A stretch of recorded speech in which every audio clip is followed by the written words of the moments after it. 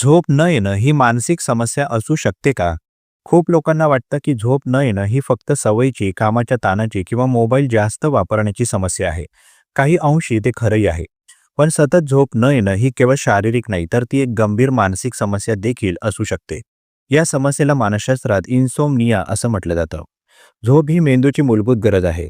आपण झोपतो तेव्हा मेंदू दिवसभरातील माहिती प्रक्रिया करतो, भावना संतुलित करतो आणि शरीराला पुढील दिवसासाठी तयार करतो. जेव्हा झोप नीट होत नाही तेव्हा मेंदूला विश्रांती मिळत नाही. याचा थेट परिणाम आपल्या विचारांवर, भावनांवर आणि वर्तनावर होतो.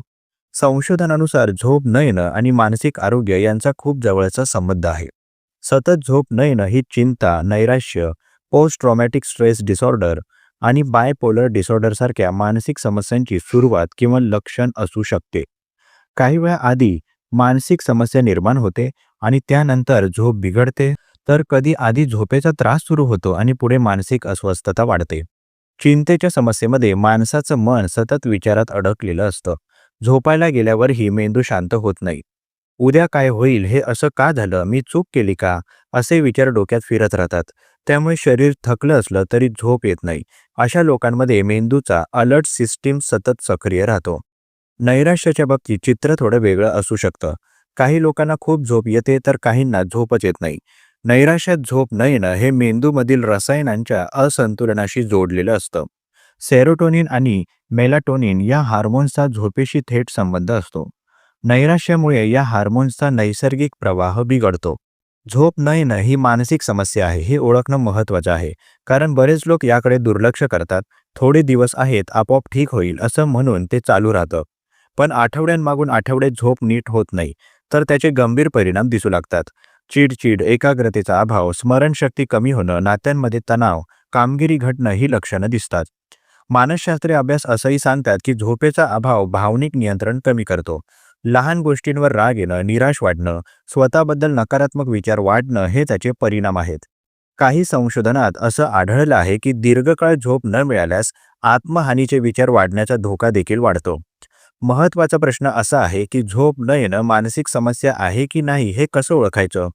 जर झोपेचा त्रास फक्त कधीमधी होत असेल, एखाद्या ताणाच्या काळात असेल आणि परिस्थिती सुधारल्यावर झोप परत येत असेल, तर तो तात्पुरता त्रास असू शकतो.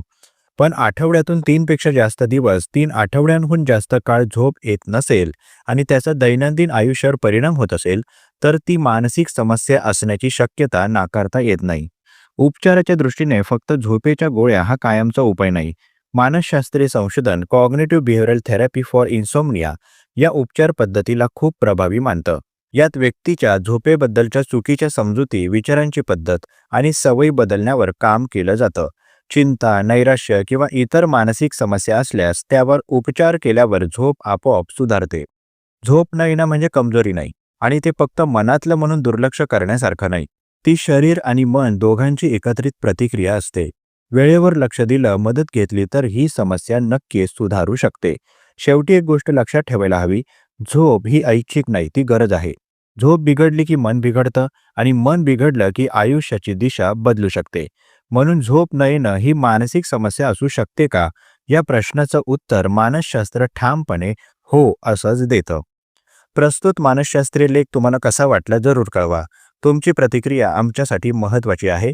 तुम्ही सुद्धा कमेंट बॉक्समध्ये एखादा विषय लेखनासाठी सुचवू शकता. त्यावर लवकरात लवकर आम्ही व्हिडिओ प्रकाशित करण्याचा प्रयत्न करू. तसेच हा उपयोगी व्हिडिओ उपयोगी लोकांना जास्तीत जास्त शेअर करा. मानसशास्त्र संबंधित अशाच नवनवीन माहितीसाठी आम्हाला फॉलो करायला विसरू नका आणि आपल्या अधिकृत व्हॉट्सॲप चॅनलमध्ये सहभागी होण्यासाठी 9137300929 या क्रमांकावर व्हॉट्सॲप करा. तेथे लगेचच तुम्हाला व्हॉट्सॲप चॅनलची लिंक मिळेल. मानसिक समस्येवर गोळ्या घेण्यापेक्षा अधिकृत मदत घ्या. त्यासाठी वर दिलेल्या क्रमांकावर फोन किंवा व्हॉट्सॲप करू शकता. लवकरच एका नवीन विषयासोबत इथेच भेटूया. तूर्तास धन्यवाद.